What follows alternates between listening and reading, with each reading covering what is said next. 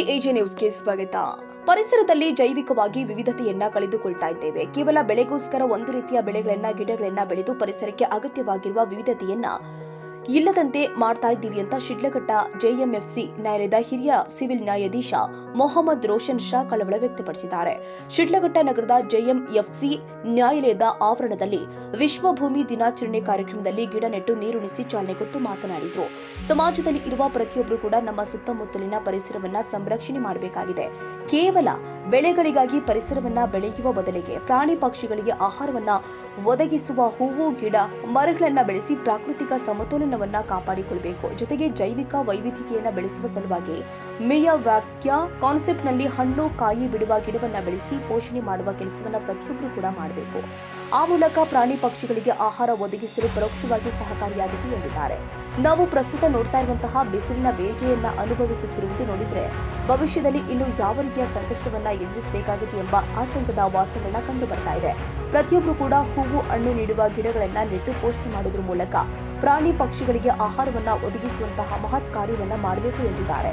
ಚಿಕ್ಕಬಳ್ಳಾಪುರ ಜಿಲ್ಲೆಯ ಮಾತ್ರವಲ್ಲದೆ ಶಿಡ್ಲಘಟ್ಟ ತಾಲೂಕಿನಲ್ಲಿ ಜನ ಮತ್ತು ದನ ಕರುಗಳಿಗೆ ಮಾರಕವಾಗಿರುವ ಪ್ಲಾಸ್ಟಿಕ್ ಮಾರಾಟ ಹಾಗೂ ಬಳಕೆಯನ್ನು ಸಂಪೂರ್ಣವಾಗಿ ನಿಷೇಧಿಸಲು ಕ್ರಮ ಕೈಗೊಳ್ಳಬೇಕು ಎಂದಿದ್ದಾರೆ. ಈಗ ನಾವು ನ್ಯಾಯಾಲಯದ ಆವರಣದಲ್ಲಿ ನಾವು ಜುಡಿಷಿಯಲ್ ಆಫೀಸರ್ಸು, ವಕೀಲರು, ನಮ್ಮ ಫಾರೆಸ್ಟ್ ಅಧಿಕಾರಿಗಳು ಮತ್ತು ಸಾರ್ವಜನಿಕರು ಎಲ್ಲರೂ ಸೇರಿ ಭೂಮಿ ದಿನದ ಅಂಗವಾಗಿ ಇಲ್ಲಿ ಗಿಡ ನೆಡುವ ಕಾರ್ಯಕ್ರಮವನ್ನು ಹಮ್ಮಿಕೊಂಡಿದ್ದೇವೆ. ಮುಖ್ಯವಾಗಿ ಈ ಒಂದು ಗಿಡ ನೆಡುವ ಒಂದು ಏನಿದೆ ನಾವು ಕಲ್ಪನೆ, ಇದು ಸಾಮಾನ್ಯವಾದದ್ದಲ್ಲ. ಇದು ಒಂದು ವಿಶೇಷವಾದಂತಹ ಒಂದು ರೀತಿಯಲ್ಲಿ, ಯಾಕೆಂದರೆ ಈ ಪರಿಸರದಲ್ಲಿ ಜೈವಿಕವಾಗಿ ವಿವಿಧತೆಯನ್ನು ನಾವು ಕಳ್ಕೊತಾ ಇದ್ದೀವಿ. ಕೇವಲ ಬೆಳೆಗೋಸ್ಕರನೇ ಒಂದೇ ರೀತಿಯಾದಂಥ ಗಿಡಗಳನ್ನ ಬೆಳೆದು ಪರಿಸರಕ್ಕೆ ಅಗತ್ಯವಾದಂತಹ ಜೈವಿಕ ವೈವಿಧ್ಯತೆಯನ್ನು ಇಲ್ದಂಗೆ ಮಾಡ್ತಾಯಿದ್ವಿ. ಆ ಒಂದು ಜೈವಿಕ ವೈವಿಧ್ಯತೆಯನ್ನು ಬೆಳೆಸೋಕ್ಕೋಸ್ಕರನೇ ಈ ಮಿಯಾವಾಕಿ ಅನ್ನೋ ಒಂದು ಕಾನ್ಸೆಪ್ಟು, ಅಂದರೆ ಗಿಡಗಳನ್ನು ಒತ್ತೊತ್ತಾಗಿ ಅದರಲ್ಲೂ ಸ್ಪೆಷಲಾಗಿ ಯಾವುದು ಹಣ್ಣು ಹೂವು ಕಾಯಿ ಬಿಡುವಂಥವು ಇರ್ತವೆ, ಅವು ಪಕ್ಷಿ ಪ್ರಾಣಿಗಳಿಗೆ ಅನುಕೂಲ ಮಾಡಿಕೊಟ್ಟು ಅವು ಬಂದು ಇಲ್ಲಿ ವಾಸ ಮಾಡಿ ಜೈವಿಕ ವೈವಿಧ್ಯತೆಯನ್ನು ಇನ್ನೂ ಉತ್ತಮಗೊಳಿಸೋ ರೀತಿಯಲ್ಲಿ ಸಹಾಯ ಆಗಲಿ ಅನ್ನೋ ಕಾರಣಕ್ಕಾಗಿ ಈ ಒಂದು ಮಿಯಾವಾಕಿ ಕಾನ್ಸೆಪ್ಟ್ ಅಡಿಯಲ್ಲಿ ನಾವು ಒತ್ತೊತ್ತಾಗಿ ಗಿಡಗಳನ್ನ ಈ ಆವರಣದಲ್ಲಿ ಬೆಳೆಸ್ತಾ ಇದ್ದೀವಿ. ಇಲ್ಲಿ ಕೇವಲ ಬೆಳೆಸೋದು ಒಂದೇ ಮುಖ್ಯವಲ್ಲ, ಇವತ್ತಿನ ಬಿಸಿಲಿನ ದೇಗೆಯನ್ನು ನೋಡ್ತಾ ಇದ್ದರೆ ನಾವೆಲ್ಲ ಮುಂದಿನ ದಿನಗಳಲ್ಲಿ ಇನ್ನೇನೇನು ಅನುಭವಿಸ್ಬೇಕಾಗುತ್ತೋ ಗೊತ್ತಿಲ್ಲ. ಹಾಗಾಗಿ ದಯವಿಟ್ಟು ನಾನು ಸಾರ್ವಜನಿಕರಲ್ಲಾಗಲಿ ವಕೀಲರಲ್ಲಾಗಲಿ ಒಂದು ಮನವಿ ಏನಂದರೆ, ಹಾಕಿರೋ ಗಿಡಗಳನ್ನ ದಯವಿಟ್ಟು ಉಳಿಸಿ. ಹೋಗ್ತಾ ಬರ್ತಾ ತಾವು ಒಂದು ಚೊಂಬು ನೀರಾದರೂ ಆ ಗಿಡಕ್ಕೆ ಹಾಕ್ಬಿಟ್ಟು ಹೋಗಿ ಆ ಗಿಡಗಳನ್ನ ಅಟ್ಲೀಸ್ಟ್ ಒಂದು 2 ವರ್ಷ ನೀವು ಕಾಪಾಡಿದ್ರೆ ಅದು ತದನಂತರ ನಮ್ಮನ್ನು ನಾವು ರಕ್ಷಿಸ್ಕೊತವೆ.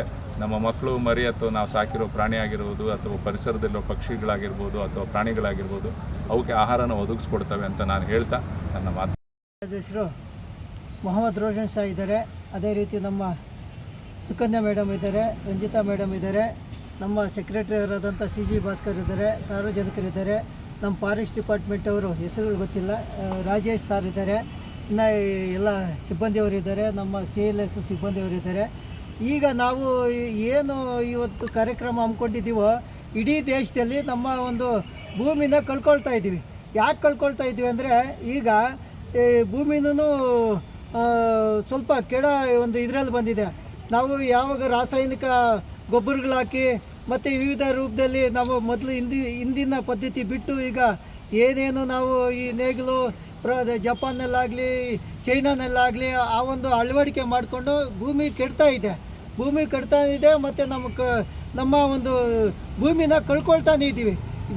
ಭೂಗಳರು ಸ್ಟಾರ್ಟ್ ಆಗಿದ್ದಾರೆ ಮತ್ತು ಭೂಮಾಫಿಯವರು ಇದ್ದಾರೆ. ಅದೇ ರೀತಿ ಈಗ ನಮ್ಮ ಇಂಡಸ್ಟ್ರೀಸ್ ಆಗ್ತಾ ಇದೆ.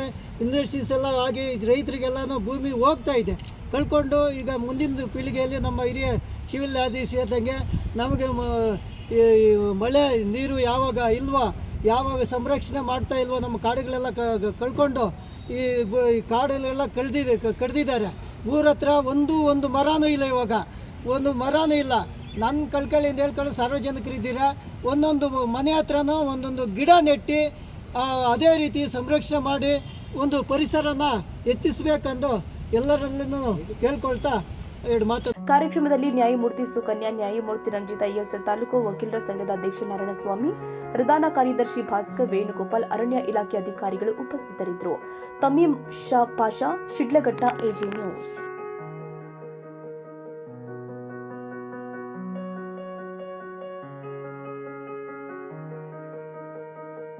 ಕನ್ನಡಿಗರ ಮೆಚ್ಚಿನ ನಿಮ್ಮ ಎಜೆ 24/7 ನ್ಯೂಸ್ ಕನ್ನಡ ವಾಹಿನಿ ಇದೀಗ ಟಿವಿಯಲ್ಲಿ ಲಭ್ಯ. ಒಂದು ವೇಳೆ ನೋಟಿಸ್ ಕೊಟ್ಟಿದ್ರೆ ವಾಪಸ್ ತಗೋತೀವಿ.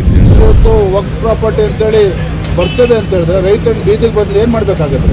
ಯಾರು ವೋಟ್ ಹಾಕಲಿಲ್ಲ ಅಂದ್ರೆ ಗ್ಯಾರಂಟಿನೆಲ್ಲ ಸ್ಟಾಪ್ ಮಾಡ್ಬಿಡ್ತೀವಿ.